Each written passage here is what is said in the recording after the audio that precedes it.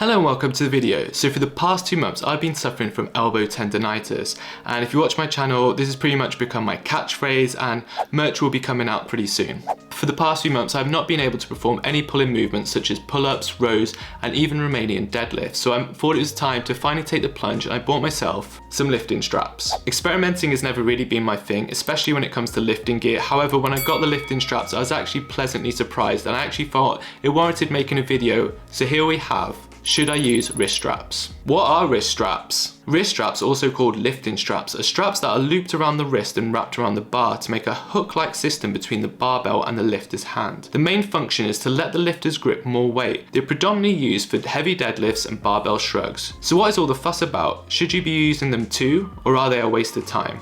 So like always, whenever I'm looking for something new, I jumped onto Amazon and typed in lifting straps. And I was pleasantly surprised that I found some for $9.99 and they were shipped to me the very next day, so thank you very much, Amazon. The straps I got were from Beast Gear. They arrived the very next day. However, they didn't have any instructions and they were actually a bit confusing, so I will be doing a tutorial at the end of the video. First of all, I'm going to go into the positives of the lifting straps. So I currently work out from home and I only have a pair of adjustable dumbbells which go up to 70 pounds, which I know isn't particularly heavy, but because I only have dumbbells, it means my wrists and forearms take a hell of a beating. For example, when you go to the gym, say you're training legs, you can use the leg machines, you can also squat with the barbell on your back. However, when I train legs, I have to pretty much hold the dumbbells for the entirety of the workout, and my workouts usually go on for about an hour and a half. As I've been using the maximum amount of weight, my wrists and forearms have been giving up before I have any chance to even train my legs properly. This is a big reason, I believe, why I got elbow tendonitis, and probably that 1000 rep challenge may have had something to do with it as well.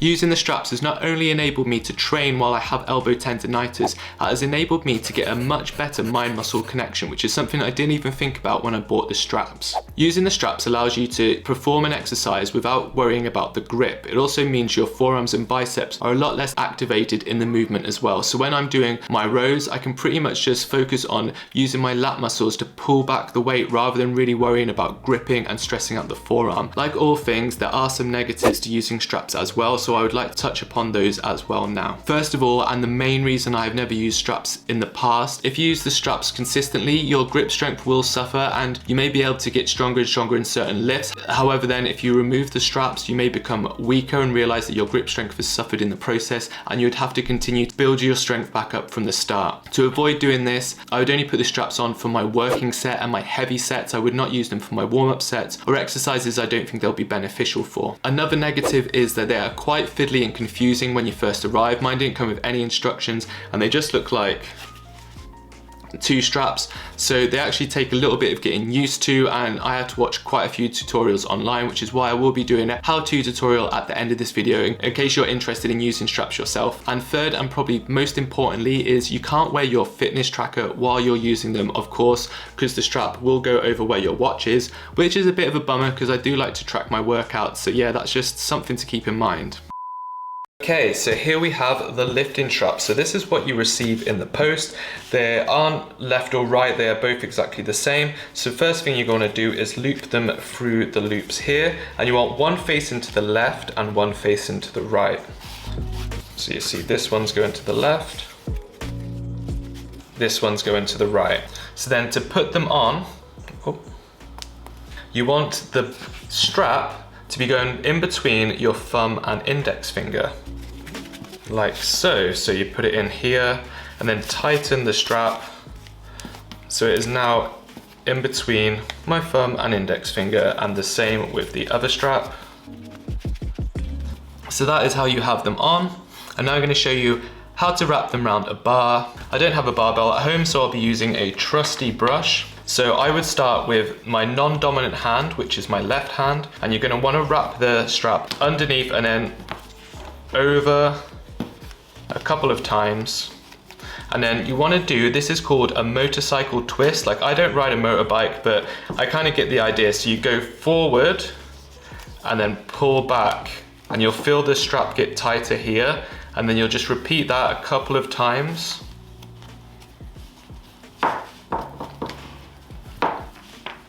And now you'll know that the strap is completely locked on. As you can see here, the strap is held onto the bar, not my wrist. Now the trickiest part is then doing your other hand because you don't have any assistance. So once again, underneath the bar, And then you want to wrap it round a couple of times. And then once again, the motorcycle twist, so you go forward, twist, forward, twist. Usually takes 3 or 4 times. And you'll see now that they are both fully locked in, and I'm ready to perform my movements. So as you can see, this is an overhand pronated grip. If you wanted to do a supinated underhand grip, it's exactly the same, however you put the strap over the bar a different way, so I'll show you that now. So you see how, as we are doing the overhand grip, the strap goes underneath. To do that, the underhand grip, you want the strap to go over the top. So it's the opposite direction of the hand, and this is going to enable you to get the motorcycle grip to really take effect. So it's the same again, as you'll see here. So it's over the top, and then you're going to kind of come forward, tighten, come forward, tighten, come forward, tighten. So you can see that's the underhand grip. Now we're going to do overhand with the other hand. So once again, this time you're going to go over, through the finger and thumb, wrap it round, and then over, tighten,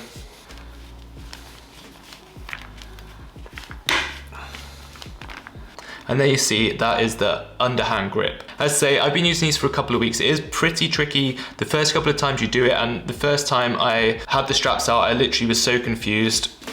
So that's the wrist wrap tutorial. I hope you found it useful, and I'll see you guys in the next one. So that's gonna be it for the video. If there's any equipment you'd like to see me review in the future, please let me know in the comments below, or if there's anything you think I could benefit from personally, I'd always love to know as well. I'll see you guys in the next one. Peace. Is it on? Yeah, okay.